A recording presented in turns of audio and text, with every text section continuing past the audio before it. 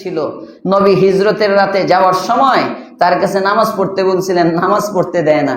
ওটা ডাকছে, কাবার চাবিটা দাও, রসুলের হাতে চাবি।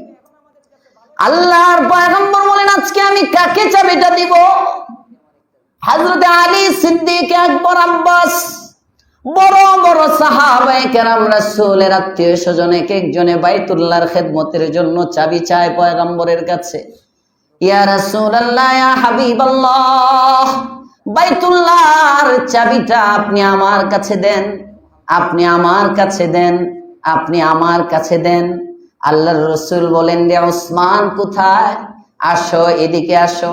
তোমার কি মনে পড়ে হিজরতের রাতে আমি মুহাম্মদ যখন মদিনার দিকে যাত্রা করলাম, যাওয়ার আগে তোমার কাছে কাবা বাইতুল্লাহর মধ্যে শেষ আখিরি 2 রাকাত নামাজ পড়ার জন্য তোমার কাছে চাবিটা চেয়েছিলাম, বাইতুল্লাহ খুলে দেওয়ার জন্য বলেছিলাম, তুমি কিন্তু খুলে দাও নাই, আমি মুহাম্মদকে চাবিটাও দাও নাই। তোমার কি মনে আছে? উসমান ইবনে আবি তালহার সবই মনে আছে, নিজ দিকে মাথা দিয়ে দাঁড়িয়ে আছে। আল্লাহর পয়গম্বর বলেন, না উসমান, আমি প্রতিশোধ নেওয়ার জন্য আল্লাহ পাক রব্বুল আলামিন আমাকে পাঠান নাই।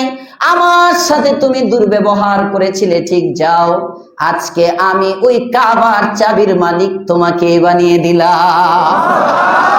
শুধু কি তোমাকে না, কিয়ামত পর্যন্ত এই কাবার চাবি তোমার বংশের লোকদের কাছেই থাকবে। সুবহানাল্লাহ।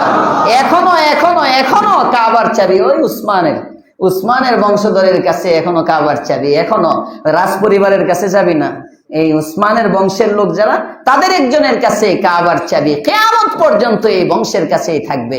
উনি হলেন মুহাম্মদুর রাসূলুল্লাহ সাল্লাল্লাহু আলাইহি ওয়াসাল্লাম।